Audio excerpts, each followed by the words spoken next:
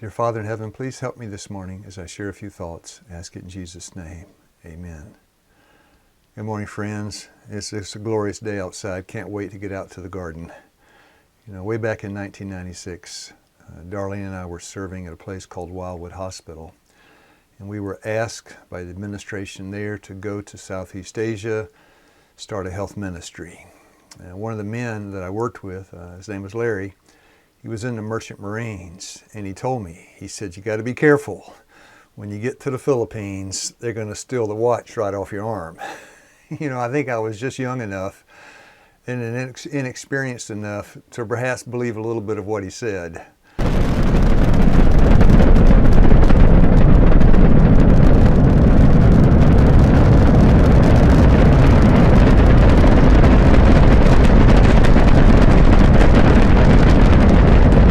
You know, people are just people. We were watching the Artemis launch, you know, the moon mission. They're going to fly by the moon. And that was a big rocket. And you had these 4 astronauts up in the top. And Darlene and I told Darlene as we were watching, I said, I wonder what they're thinking.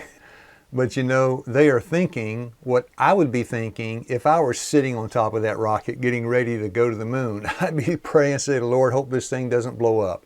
Please help this thing not to blow up. Because those people, even though they may be educated engineers, from Adam right on down to us, there's a common thread of humanity. And dear friends, we're all the same. We're just people.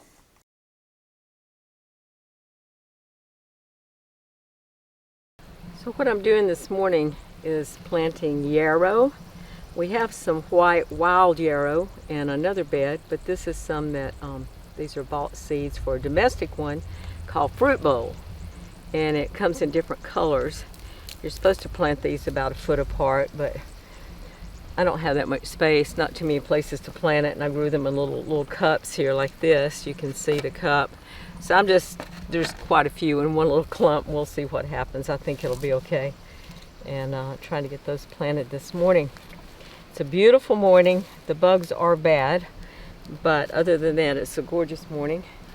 And makes me happy to be in the garden. What do you do when you're happy? You smile, don't you? You smile, right? Yeah. Well, my teeth aren't as great as they used to be, but I still like to smile. And I was thinking about, there was a lady that I met many years ago when I was working in a little health food store that we had. And she used to come in, and she smiled a lot, but she always covered her top teeth with her lip. And so I never saw her teeth, or even if she had upper teeth. It's kind of hard to do that. I looked in the mirror and tried, and it's not easy to do that. So she had a lot of practice because she always did it. And I started thinking that, you know, she probably had some defect in her teeth, or no teeth even. And that's why she tried to cover them, because she was embarrassed. And I was reminded of that also.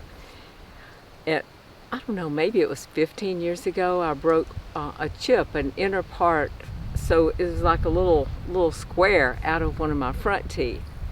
And until I could get that fixed, I was so self-conscious about it. And it was just a real trial for me, because I wanted to smile, but I was embarrassed about smiling. So fortunately, I was able to get that fixed. But, you know, we're very self-conscious about defects. And when we look at people, often we look on the outward, and that's the first thing we notice if something's wrong. And, you know, we can't see the heart. And so until we get to know that person, we may not know that they're beautiful on the inside. And so we just look at the outside. And I'm just so thankful that Jesus doesn't look at the outside. He looks at the inside. And so even if we have defects as we get older, we get wrinkles and aged looking, but Jesus still looks on the inside. And that's what matters to him. And that's really what should matter to us, right? When we look at people, get to know them and see what they're like on the inside, not the outside. You know, God told the prophet Samuel, I don't see as a man sees. You look on the outside, but I look on the heart. I look on the inside. And so to be able to look past the outward and recognize the inward, that's the great challenge that we face. Now, some may be tall, some may be short, some may be dark, some may be light, different shape of features on our face, but inwardly, we're all the same.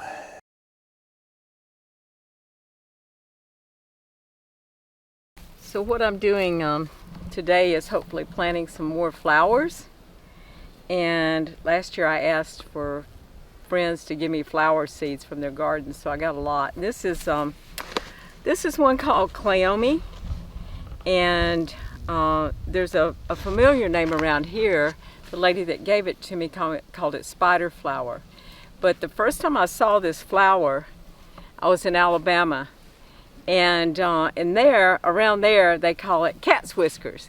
So I had never seen it before. So we were visiting a couple where that we had bought some honey from before, and maybe we were buying some honey again. But they had like a little garden a little ways away from the house, and I saw these flowers growing. I asked her what they were, and she said, "Oh, those are cat's whiskers, but they smell like the cat's other end."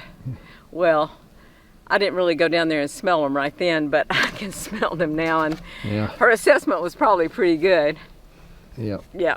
Yeah. Well, she had experience. She had experience with it that I didn't have. Yeah.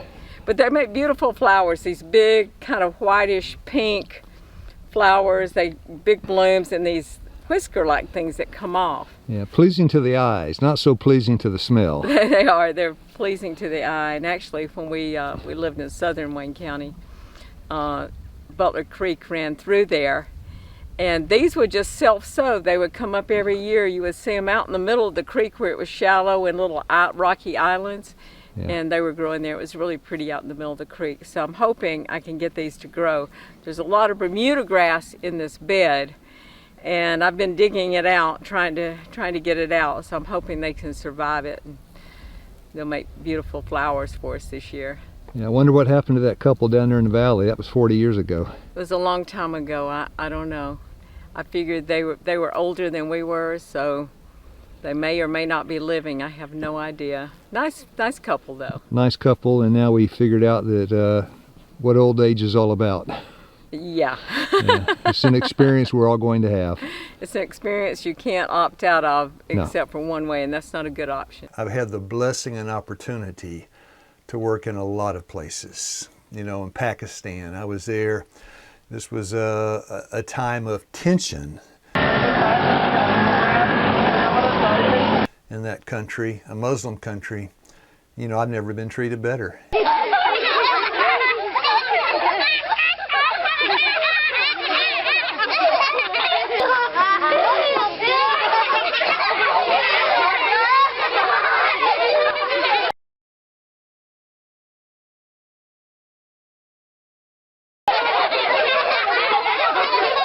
I worked in Guinea, West Africa. When I was there, it was like under a military dictatorship. It was a challenging atmosphere.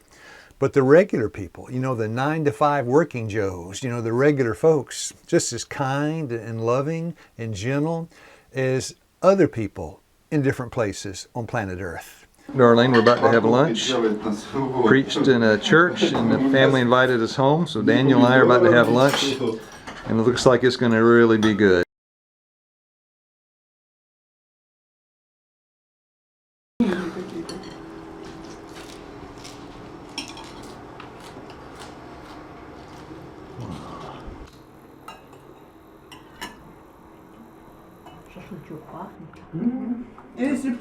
You know, when I was in northern China doing health presentations, they had policemen that would come sit in the meetings because it's a communist country, and I was under surveillance regarding what I was saying. You know, so I was free to talk about nature but couldn't talk about God. But you know, the Chinese people, they know when you talk about nature, you're conveying spiritual lessons that reach the hearts. You know, those people that came to the health center, that had their challenges, their diseases, their issues, you know, they were the same as we are. Outwardly looked very different. The food on the table was different. I call these cultural differences. The food on the table was different. We would sit on the floor instead of sitting in a chair. We'd eat with chopsticks instead of a spoon. But these are just all outward. It doesn't mean anything. You know, the inward issues of the heart, they were just the same. And it was very nice to be with people, just the regular folks that get up, go to work, try to figure out how to feed their children, how to send their children to school, how to try to keep health, and not just physical health, how to keep a healthy mind in a crazy world. Yeah, China was a blessing. Then Latvia, I was in Latvia doing some meetings, and the people there were very different, yet they were just the same. Dziesmas kopā dziedāsim, brāļi māsas vēlos toreiz būt, bet kad mēs satiksimies. All right, I came to Latvia with an expectation to share something about revival and reformation, but when I got here, the subject changed. I think that the needs of the people dictated a different message, one that would portray Christ in His true character as a father, not just to the Latvians, but to all the children of the world.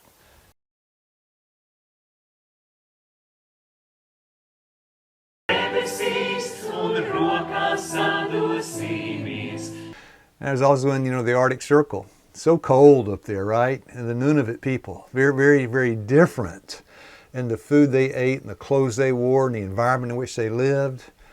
But it was interesting, so much diversity, yet there's a commonality as far as the inside goes, the heart, the lungs, the mind, the way we think.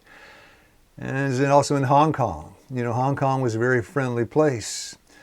It was so different from home in Tennessee, but yet the people were just the same.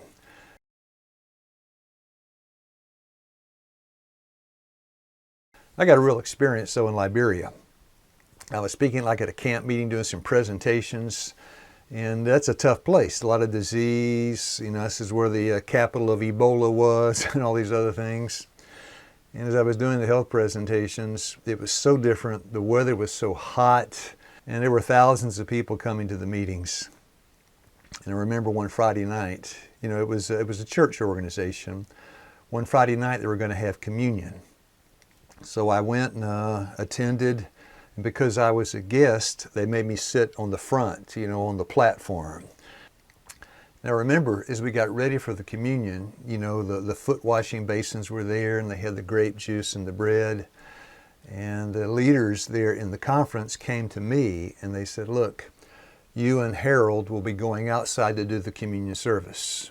So we did. They took us outside, set 2 metal chairs down, and I sat down with Pastor Brewer. And by the way, if you don't understand the communion service in the Bible, it's where you wash each other's feet, and then you drink the grape juice and the bread. The foot washing is to try to give us a humble spirit, to realize how meaningless life is without Christ in the heart, to really lower our expectation of what self can do and to raise our expectation of what God can do for us. And so I was going through the foot washing service just about to begin, and they brought photographers in because we were the guest. So as we began the foot washing, they were taking pictures of us, and the place had just been a lot of noise and kind of pandemonium and chaos. You got thousands of people, gathered together. And I thought, this is not really going to be much of a communion service. I thought, I'm not going to get the blessing I came for. And as I sat down to wash Pastor Brewer's feet, I remember there was a choir inside. They started singing Ancient Words. This is a nice little hymn. They started singing the hymn Ancient Words. And as I washed Pastor Brewer's feet, God did something for me. And all the distractions, a little bit of chaos, a little bit of noise, photographers taking pictures, amidst all that, God did something for me in my heart. And I got a lesson that regardless of the environment, God's able to open up a line of communication, right, between your heart and His, and God gave me something. And when I went back into that big building with all those thousands of people there, and I looked at them, dear friends, I saw them in a completely different way. My heart went out, my heart just broke for the sickness and suffering these people were facing and the poverty. And I realized they're just people like you and me.